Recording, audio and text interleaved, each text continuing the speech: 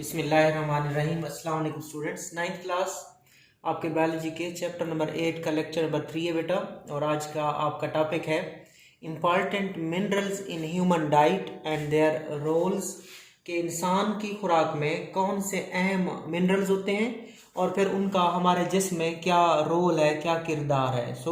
हमारी खुराक के अहम मिनरल कौन से हैं, फिर उनका हमारे जिस्म में क्या किरदार होता है, क्या काम होता है। तो यहाँ पे आपने मिनरल लिखना है, फिर इधर लिखना है रोल इन बॉडी। मिनरल्स जिस्म में किरदार। तो सबसे पहले हम देख लेते हैं मेजर मिनरल्स को। आपको पता हो मेजर मिनरल्स क्या होते हैं? ऐसे मिनरल जो रोजाना 100 मिलीग्राम या 100 मिलीग्राम से ज्यादा मिकदार में जरूरत होते हों, ऐसे मिनरल्स को मेजर मिनरल कहते हैं। और फिर नीचे आके आपने लिखना है ट्रेस मिनरल। ट्रेस मिनरल ये वो मिनरल्स होते हैं जो हमें रोजाना 100 मिलीग्राम से कम मिकदार में दरकार होते हैं। तो मेजर मिनरल स्टार्ट करते हैं। तो पहले आपको पता होना चाहिए मेजर मिनरल में कौन कौन आते हैं। Sodium, potassium, chloride, calcium, magnesium और फास्फोरस।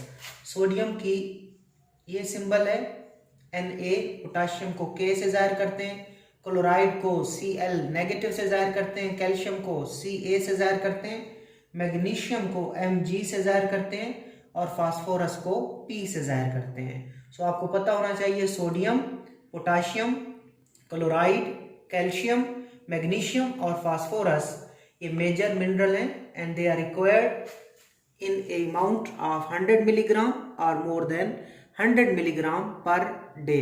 तो सबसे पहले सोडियम को देख लेते हैं कि सोडियम का हमारे जिस्म में क्या रोल है। सोडियम मिनरल है, हमारे जिस्म में क्या किरदार अदा करती है sodium. Fluid balance in the body, हमारे जिस्म के अंदर माए के तवाजुन को बरकरार रखती है। हमारे जिस्म में जो पानी, लिक्विड्स होते हैं, फ्लूइड्स होते हैं, उनके बैलेंस को बरकरार रखती है sodium. Helps in absorption of other nutrient, दूसरी जो ग़िज़ाई अज्जा होते हैं, दूसरे जो ग़िज़ाई मादे होते हैं, उनको जज़ब करने में मदद देती है। पोटाशियम क्या काम करती है? Fluid balance in the body. इसका भी पहला काम सोडियम जैसा है, fluid balance in the body, के जिस्म के अंदर फ्लूइड के बैलेंस को बरकरार रखती है। दूसरा काम क्या है? एक्ट एज को फैक्टर फॉर एंजाइम्स, एंजाइम के को फैक्टर के तौर पर काम करती है। को फैक्टर क्या होते हैं? नॉन प्रोटीन पार्ट होते हैं जो एंजाइम के काम के लिए जरूरी होते हैं। एंजाइम्स, आपको पता हो कि एंजाइम्स क्या होते हैं? एंजाइम्स प्रोटीन्स होते हैं बच्चों, ठीक है। एंजाइम्स प्रोटीन होते हैं, केमिकल रिएक्शन की रफ्तार को बढ़ा देते हैं, खुद तब्दील नहीं होते। और एंजाइम को काम करने के लिए नॉन प्रोटीन पार्ट की जरूरत होती है। उन नॉन प्रोटीन हिस्सों को, नॉन प्रोटीन पार्ट्स को हम क्या कहते हैं? कोफैक्टर्स कहते हैं, ठीक है। तो पोटाशियम जो है बच्चों, ये कोफैक्टर का काम भी करता है, एंजाइम के कोफैक्टर के तौर पर भी काम करता है, जिस्म के फ्लूइड के बैलेंस को भी बरकरार रखता है पोटाशियम। क्लोराइड, इसका भी पहला काम उन जैसा है, fluid balance in the body, fluid balance in the body. तो इन तीनों का पहला काम सेम है। इसके अलावा component of hydrochloric acid, hydrochloric acid HCl तेजाब है, एसिड है, और इसको कहते हैं हाइड्रोक्लोरिक एसिड। स्टमक में बनता है बच्चों, मैदे में बनता है, और उसमें क्लोराइड क्या है? एक इंपॉर्टेंट कंटेंट है, इंपॉर्टेंट जुज़्व है, इंपॉर्टेंट पार्ट है। So chloride component of hydrochloric acid का हिस्सा है। अब इन तीनों का एक मुश्तरक काम भी है, इधर मुश्तरक काम है इन तीनों के कुछ। इंपॉर्टेंट फॉर मसल कंट्रैक्शन, ये जो तीनों हैं कौन कौन? सोडियम, पोटाशियम और उसके बाद क्लोराइड, ये क्या करते हैं? मसल कंट्रैक्शन के लिए बड़े अहम हैं। इसके अलावा नर्व इंपल्स ट्रांसमिशन, जो पैगाम रसानी होती है, नर्व इंपल्स की जो कंडक्शन होती है, उसके लिए भी ये तीनों आइंस जरूरी हैं। हार्ट फंक्शन, दिल के कामों के लिए भी ये जरूरी हैं तीनों, ठीक है। एंड ब्लड प्रेशर, और तीनों ब्लड प्रेशर के लिए भी जरूरी होता है। तो इन तीनों का मुश्तरक काम ये हो गया, बाकी आपने देखा। आगे चलते हैं, कैल्शियम की तरफ चलते हैं बच्चों। किसकी तरफ? कैल्शियम की तरफ। Development and maintenance of the bone and teeth, ठीक है। हड्डियों और दांतों की डेवलपमेंट के लिए और उनको बरकरार रखने के लिए कैल्शियम बड़ी जरूरी होती है। कैल्शियम हड्डियों और दांतों की डेवलपमेंट और उनको बरकरार रखने के लिए जरूरी होती है। इसके अलावा कैल्शियम का इम्पॉर्टेंट काम एक और भी है, ब्लड क्लॉटिंग, खून को जमने में कैल्शियम मदद देती है। आगे चलते हैं, magnesium and phosphorus. Magnesium and phosphorus, इनका पहला काम, इनका जो काम है वो कैल्शियम के पहले काम जैसा है, ठीक है। और कैल्शियम का पहला काम क्या था? Development and maintenance of bone and teeth.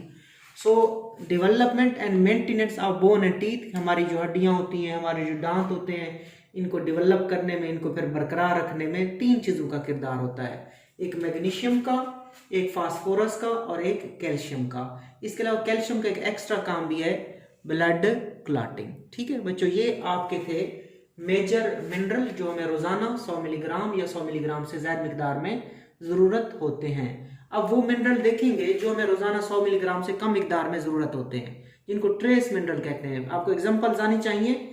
Iron trace mineral है, ठीक है बच्चों, आयरन को Fe से जाहिर करते हैं, जिंक Zn से जाहिर करते हैं, कॉपर Cu से जाहिर करते हैं, क्रोमियम Cr से जाहिर करते हैं, फ्लोराइड F से जाहिर करते हैं, आयन है F नेगेटिव कर लिख देंगे, और उसके बाद आयोडीन इस तरह I या I नेगेटिव, ठीक है। So iodine, fluoride, chromium, copper, zinc और आयरन, ये बच्चों ट्रेस मिनरल हैं, ठीक। और ट्रेस मिनरल हमें रोजाना कितने चाहिए होते हैं? 100 मिलीग्राम से कम, लेस देन 100 मिलीग्राम। अब आयरन का क्या काम है बच्चों? Oxygen transport and storage. ये जो आयरन है ये ऑक्सीजन की क्या करती है? ट्रांसपोर्ट भी करती है और ऑक्सीजन की स्टोरेज भी करती है। सो ऑक्सीजन की ट्रांसपोर्ट और स्टोरेज के लिए कौन हेल्पफुल है? आयरन। जिंक की बात करते हैं, एड। एड का मतलब होता है हेल्प करना, मदद देना।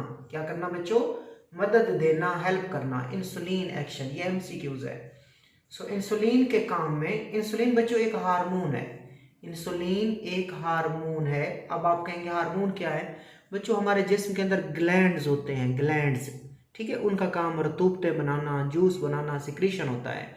2 किस्म के ग्लैंड्स होते हैं, एक नालियों वाले, उनको कहते हैं एक्सोक्राइन ग्लैंड, और एक नालियों के डक्ट के बगैर होते हैं, उनको एंडोक्राइन ग्लैंड कहते हैं। एंडोक्राइन ग्लैंड का जो जूस होता है, उनकी जो सिक्रीशन होती है, उनको हार्मोन्स कहते हैं, ठीक। इंसुलिन भी एक हार्मोन है, और इंसुलिन हमारे खून में ग्लूकोज की मिकदार को कम करती है। खून में ब्लड ग्लूकोज लेवल को ये क्या करती है?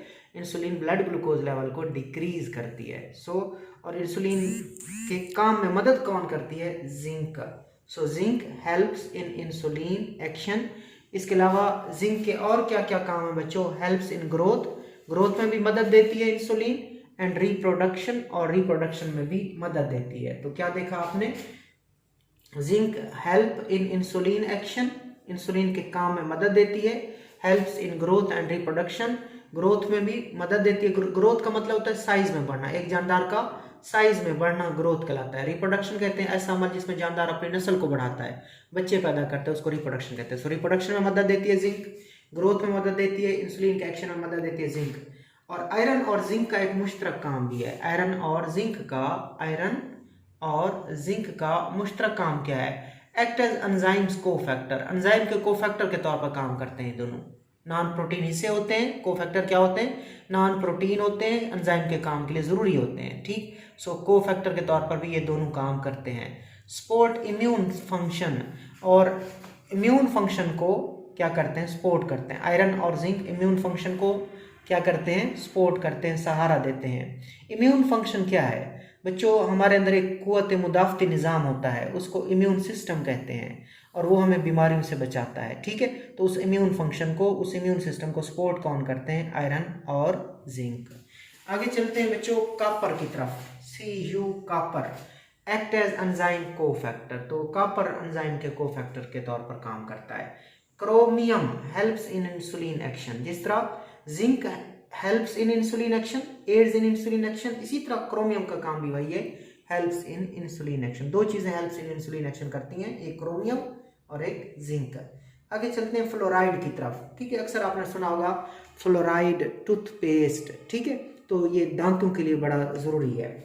स्टेबलाइज बोन मिनरल, ये जो फ्लोराइड है ये बोन के अंदर जो मादनियात होती हैं, बोन के अंदर जो मिनरल्स होते हैं, बोन के अंदर जो आइंस होते हैं, उनको स्टेबलाइज करता है, बरकरार करता है। एंड हार्डन्स टूथ एनेमल, और जो दांतों का एनेमल जो कवरिंग होती है उसको क्या करता है, हार्ड करता है, दांतों के एनेमल को सख्त करता है और उसके बाद बोन के मिनरल को स्टेबलाइज करता है फ्लोराइड। आगे चलते हैं आयोडीन की तरफ। Essential for normal thyroid function. बच्चों ये हमारी मिसाल के तौर पर नेक है, इस नेक के अंदर एक ग्लैंड होता है, नेक में एक ग्लैंड होता है, उसका नाम होता है थायराइड ग्लैंड। ये हमारी हवा की नाली है जिसको ट्रेकिया कहते हैं, और ये जो रेड मैंने बनाया ये थायराइड ग्लैंड है। कौन सा ग्लैंड है, थायराइड ग्लैंड है। और इस थायराइड ग्लैंड के लिए क्या जरूरी है, आयोडीन जरूरी है। सो आयोडीन किस ग्लैंड के लिए जरूरी है, थायराइड ग्लैंड के जरूरी है। और थायराइड ग्लैंड एक एंडोक्राइन ग्लैंड है, हार्मोन बनाता है, और हार्मोन फिर हमारे जिस्म के मेटाबॉलिज्म को तेज करता है, ग्रोथ भी कराता है। सो गर्दन में, नेक में जो थायराइड ग्लैंड मौजूद है, उस थायराइड ग्लैंड के लिए कौन सी मिनरल ज़रूरी है, कौन सा आयन ज़रूरी है, आयोडाइड आयन या आयोडीन नेसेसरी है। तो ये बच्चों आज आपका टॉपिक था कि मेजर और माइनर मिनरल कौन कौन से, और फिर उनका हमारे जिस्म में क्या रोल है, क्या किरदार है। ये आपका टॉपिक था। अल्लाह हाफिज़।